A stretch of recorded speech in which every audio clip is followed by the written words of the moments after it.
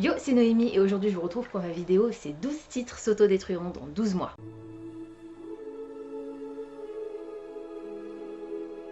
Je vous rappelle un petit peu le concept très rapidement. On est sur un challenge qui va durer sur toute l'année et le but c'est de se débarrasser des 12 plus vieux titres de sa pile à lire. C'est-à-dire qu'à la fin de l'année 2022, les 12 titres dont je vais vous parler dans cette vidéo, si je ne les ai pas lus, je devrais m'en séparer sans les avoir lus. Ces titres et leurs suites potentielles, puisque vous allez voir qu'il y en a certains qui ont des suites.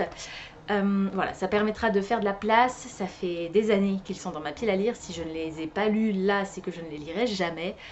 C'est un petit peu le challenge de la dernière chance pour ces 12 titres. Bien sûr, quand je dis que ces livres vont s'autodétruire, ce n'est pas dans le sens où ils vont être jetés, c'est plutôt dans le sens où ils ne seront plus dans ma pile à lire, ils n'en feront plus partie, soit parce que je les aurai vendus, soit parce que je les aurai donnés.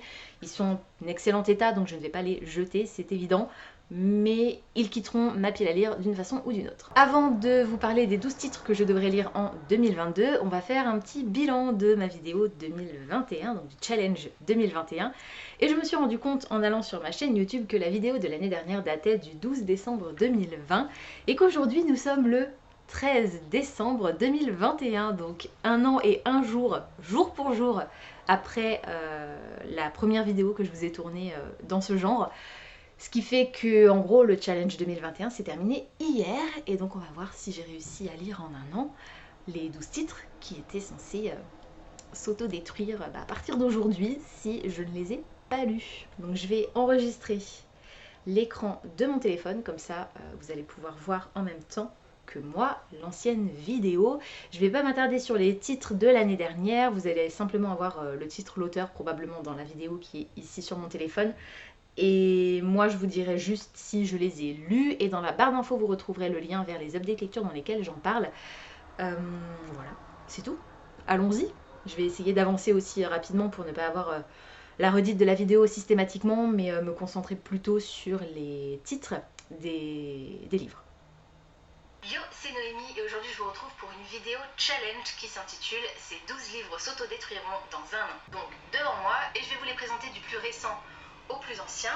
On est parti sans plus tarder avec Sorcière associée, le premier tome de la série d'Alex Evans. Et je peux vous dire depuis quand il est lu parce qu'il est dédicacé. Dommage quand même. Là où tu iras, j'irai de Marie Vareille. Je l'ai lu aussi. Le cœur et le sabre, le premier tome de la magie de Paris. Je l'ai lu aussi. Et celui-ci, Les Chroniques lunaires de Marissa Meyer. Je l'ai lu, c'est ma dernière lecture du mois de novembre. La fille de la noyée, le premier tome des ombres de Julia. Je l'ai lu, je ne l'ai pas aimé, je ne l'ai pas gardé. Je suis obligée de l'enlever de ma pile à lire.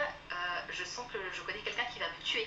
Golden Sun, le deuxième tome de Red Rising de Diane ne m'aura pas tué puisque je l'ai lu. Les Enchantements d'Ambremer, le premier tome du Paris des Je l'ai lu, je l'ai beaucoup aimé, j'ai très hâte de continuer la série.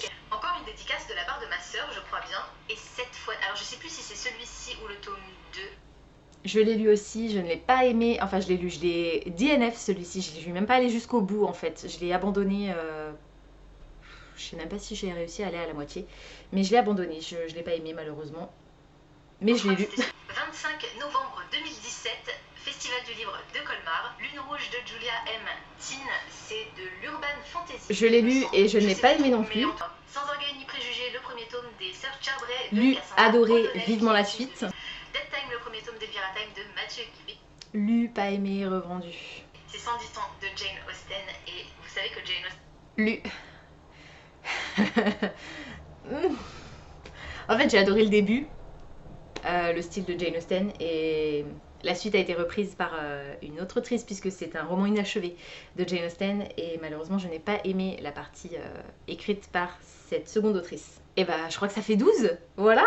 Il me semble que c'est bon, j'ai l'impression qu'on a vu les 12, je vais vérifier dans mon reading journal pour pas vous dire de bêtises. Yes, on a vu les 12, donc j'ai réussi mon challenge pour cette vidéo de l'année dernière, je suis ravie. J'espère que cette année ça va être aussi bien, que je vais réussir à pulvériser ce challenge. Pulvériser je sais pas parce que il faut quand même que je vous dise que sur les 12, il y en a 3 que j'ai lu au mois de novembre parce que j'étais à la bourre en fait dans mon challenge. L'idée c'était d'en lire un par mois.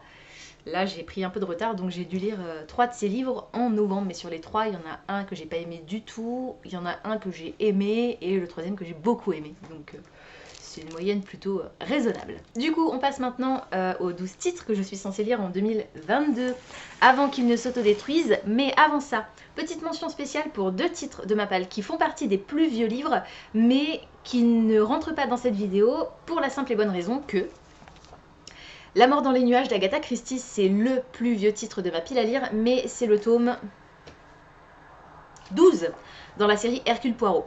Ils peuvent se lire indépendamment les uns des autres, mais je suis une lectrice psychorigide au niveau des tomaisons.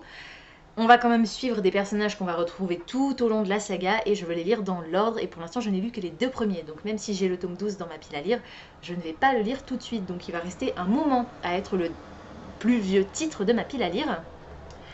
Et le deuxième, hop là, c'est le tome 3 de La Magie de Paris d'Olivier Gay, ici et ailleurs. Et je vais même pas vous dire pourquoi celui-ci n'est pas entré dans la liste tout de suite. Je vais d'abord vous montrer les 12 titres de 2022 et je vous expliquerai pourquoi à ce moment-là, c'est-à-dire maintenant. Parce que le premier livre de ma pile à lire, des plus vieux livres de ma pile à lire pour 2022 et donc qui devront s'autodétruire. Le premier donc c'est le tome 2 de La Magie de Paris d'Olivier Gay, Le Calme et la Tempête, et je ne voulais pas mettre 2 titres de la même série dans la même vidéo. Voilà, donc le tome 3 fait également partie des plus vieux livres de ma palle, mais j'en ai sorti un autre à la place. Dans cette série, j'ai lu le tome 1 il n'y a pas longtemps, on va faire la connaissance de Chloé qui est une jeune fille très très bonne escrimeuse qui est au lycée et qui un beau jour va tomber sur Thomas qui est en train de se faire attaquer par un mec très bizarre. Et Chloé, son monde va basculer parce qu'elle va se rendre compte, d'après ce que Thomas lui dit, qu'il y a des créatures qui sont en train d'envahir Paris et que le monde tel qu'elle le connaît est en réalité peuplé de magie. Voilà, j'ai beaucoup aimé le tome 1, je l'ai trouvé beaucoup plus jeunesse que ce à quoi je m'attendais, mais j'adore l'humour très piquant d'Olivier Gay, donc j'ai très très hâte de continuer la série. Et celui-ci, pour vous donner approximativement une date, je l'ai depuis Livre Paris 2018. Voilà. Le suivant sur ma liste, c'est le dernier tome d'une trilogie qui fait partie d'une série un peu plus étendue, mais disons qu'une fois que j'aurai terminé ce tome 3, j'aurai fini la première trilogie de l'auteur et il serait temps que je la termine. J'avais adoré le tome 1, j'ai mis énormément de temps à lire le tome 2 qui faisait partie de ma vidéo des 12 titres qui doivent s'autodétruire en 2021. C'est Morningstar, le tome 3 de la série Red Rising de Pierce Brown. On est sur de la dystopie, de la science-fiction, dans laquelle on va faire la connaissance de Darrow, qui est un rouge qui vit sur Mars et qui creuse pour récolter l'hélium 3, qui est un métal qui permettrait de terraformer la Terre afin que les populations de la Terre puissent... j'ai dit la Terre, Mars, terraformer Mars pour que les populations de la Terre puissent venir y habiter parce que la Terre c'est un peu la mouise en ce moment, enfin à leur époque. Et en fait Darrow va se rendre compte qu'il s'agit pas vraiment d'un complot, mais on leur a menti toute leur vie et il va décider de se venger. Il va en voir de toutes les couleurs. C'est une série qui est dure, qui est gore, qui est stratégique, politique, il y a des complots, il y a de la baston, j'adore. J'aime énormément les personnages. Darrow dans le tome 2 m'agaçait un petit peu, j'espère que ça va aller mieux dans le tome 3. J'ai très hâte de terminer enfin cette série. Alors par contre il y a beaucoup de textes, mais et il est assez gros. Je m'inquiète pas non plus, outre mesure, je sais que, enfin j'espère que je vais l'aimer. Et celui-ci je saurais pas trop vous dire depuis quand je l'ai parce que c'était une commande France Loisirs, mais puisque celui-ci c'était Livre Paris 2018, c'est-à-dire mars à peu près 2018 je pense, c'est ça, mars 2018, je pense que celui-ci ça devait être 2018 aussi. Je crois que le prochain c'était Colmar, donc ça doit être entre mars et novembre 2018. Donc je viens de vérifier, en fait c'est pas Colmar le prochain dont je vais vous parler, c'est Les Imaginales, donc c'était au mois de mai. Donc Morningstar je l'ai depuis allez on va dire avril, entre mars et mai, avril 2018. Le prochain donc que j'ai acheté aux Imaginales avec plusieurs autres, c'est La 25e heure, le tome 1 de la série de Feldrik Riva. Il est sublime.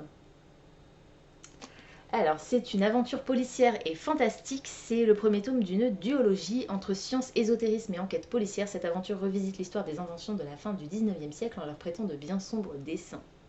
Ça a l'air trop cool, j'ai hâte de le découvrir. Et là, c'est pareil, il y a énormément de texte.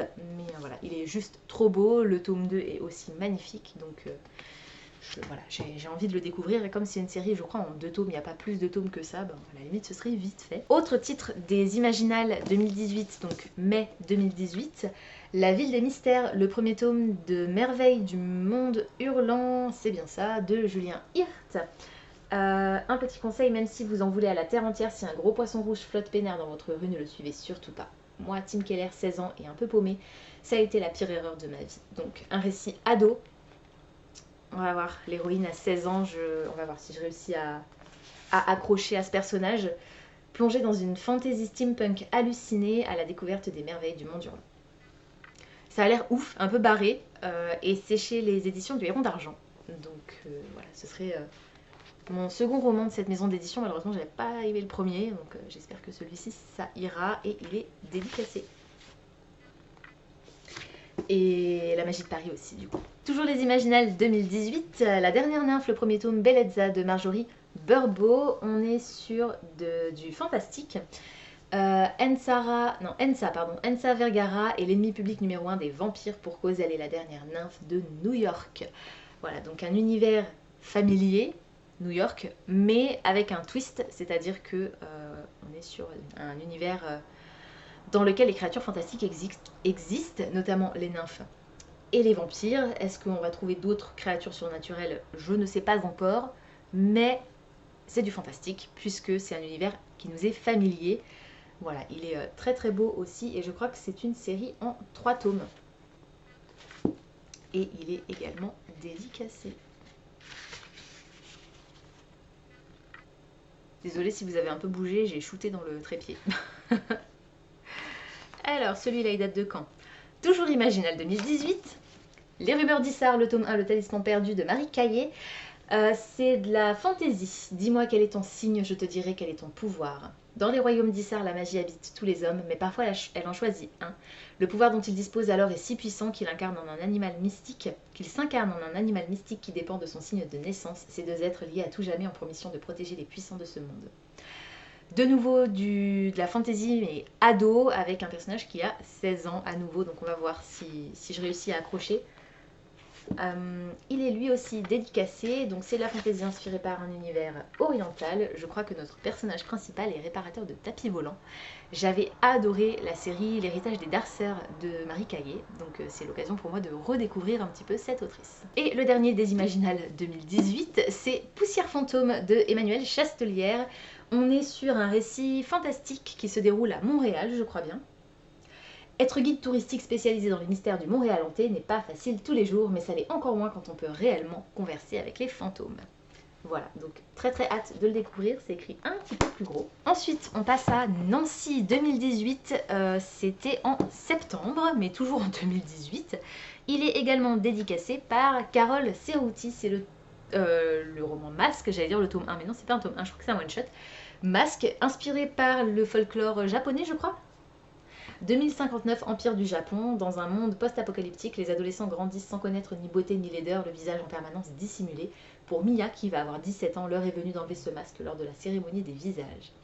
13 règles maintiennent notre pays dans la paix, l'égalité et l'unité. 13 règles qui nous permettent de vivre. Voilà, donc pareil, celui-ci, ça fait un moment que je l'ai. Je suis pas forcément fan de la couverture, mais l'histoire m'intrigue assez. Livre Paris 2019, donc on se rapproche. Tout doucement mais sûrement. Donc mars 2019. C'est pas noté mais je m'en souviens très très bien. Le Pacte des Quatre, le premier tome de la Citadelle des Monstres de Laura Black. On est sur de l'urban fantasy. Roman et Yael, amis d'enfance, ont créé leur entreprise dans l'événementiel. Quand Yael se casse la jambe, Roman se précipite à Lirel, petit village breton, pour s'acquitter du contrat signé par son ami et organiser un mariage fastueux. Rien de bien compliqué a priori pour la jeune femme qui travaille dans ce domaine depuis 5 ans. Sauf que Lirel, citadelle enclavée, se révèle plus mystérieuse que prévu. Voilà, donc il est très très beau. Il a une couverture en soft touch. Ça fait longtemps que j'ai pas lu de l'urban fantasy. Donc ce serait l'occasion de replonger un petit peu dans cette série. Dans ce genre plutôt, dans cette série non, dans ce genre. D'ailleurs, en parlant d'Urban Fantasy, celui-ci je l'avais acheté juste comme ça, à cause du prix en fait, et ça fait un moment que je l'avais repéré, donc je ne saurais pas vous dire exactement de quand il date. C'est le tome 1 de McCorbin, Lettre écarlate de Anne Bishop, au prix spécial de 3,99 €, prix découverte. Voilà, donc ça fait un moment que je l'ai, peut-être fin 2019, début 2020, je ne suis pas sûre. J'aurais tendance à dire fin 2019 parce que je crois que le suivant ça doit être encore 2019. Voilà, donc Urban Fantasy, une des séries les plus populaires d'Urban Fantasy. Meg Corbin est une Cassandra Sangui, une prophétesse de sang capable de prédire l'avenir lorsqu'elle s'incise la peau. Du coup tout le monde lui court après, elle va trouver refuge dans une communauté de créatures surnaturelles. Voilà, ça a l'air cool. Je pense qu'on va avoir une bonne dose d'humour et de sexitude, donc à voir. La raison pour laquelle je pense que celui-ci c'est encore 2019, c'est parce que celui-là c'était dans une 1001 livres box, et je crois bien que la dernière 1001 livres box, désolée pour le bruit, ça doit dater de 2019. Il me semble. Je suis pas sûre mais je crois. C'est Une glace ou la mort, c'est un livre bonus dans une 1001 livres box, donc de Gareth P. Jones. C'est un recueil de nouvelles. Larkin Mills est une ville pas comme les autres, elle détient 2 records, les meilleures glaces du pays et le plus grand nombre de morts improbables. Je suis pas spécialement fan du format nouvelle, mais on va voir, je pense que ça peut être assez déjanté comme titre, et puis vu la taille du bouquin, ça devrait se lire assez vite. Et le dernier, c'est pareil, je n'ai pas de date spécifique à vous donner parce que je l'ai commandé chez France Loisirs. Ah non, je l'ai pas commandé chez France Loisirs. Ah bah alors ça doit être Colmar. Colmar, et du coup ce serait fin 2019, c'est possible ça? Novembre 2019? Ça se pourrait bien, les amis. Donc en fait, on arrive fin 2019. C'est bien, plus ça va, plus on se rapproche du moment présent. C'est le tome 1 de La Légende des 4, le clan des loups de Cassandra O'Donnell, qui du coup est dédicacé. La date n'est pas notée, mais en général, Cassandra O'Donnell, je ne la vois que au Salon du Livre de Colmar. Donc, ils sont 4 héritiers de leur clan, ils doivent s'unir pour survivre.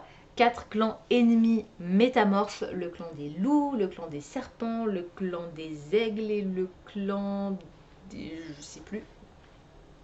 tigres, je crois que c'est ça. Qui sont ennemis, mais qui vont devoir s'unir pour le bien commun. Voilà, donc c'est un récit ado. On va voir si ça me plaît toujours. J'ai remarqué ces derniers temps que j'étais plus hypée par du roman, du récit young adulte que vraiment ado. Donc on va voir. En tout cas, c'est écrit très très gros. Donc celui-là, il devrait se lire extrêmement vite. Et voilà, les 12 titres de ma pile à lire actuelle qui sont censés s'auto-détruire le 14 décembre 2022 si je n'ai pas réussi à les lire. Voilà, c'est tout pour aujourd'hui, j'espère que cette vidéo vous aura plu. Comme d'habitude, n'hésitez pas à me dire dans les commentaires si certains des titres que je vous ai présentés aujourd'hui vous intéressent, si vous les avez déjà lus et surtout ce que vous en avez pensé. N'hésitez pas également à me dire si vous avez, vous, des livres qui traînent depuis des années dans votre bibliothèque, lesquels, et puis surtout, est-ce que vous avez toujours envie de les lire? Est-ce que cette vidéo vous aurait pas inspiré pour faire un peu de tri et pour lire les vétérans de votre pile à lire? Pensez à vous abonner à la chaîne, à liker et à partager cette vidéo, ça me fera toujours plaisir. Pensez également à activer la petite cloche des notifications qui vous permettra de savoir quand je poste du nouveau contenu. En attendant de vous retrouver, je vous souhaite d'excellentes lectures et je vous dis à très bientôt dans une prochaine vidéo. Ciao!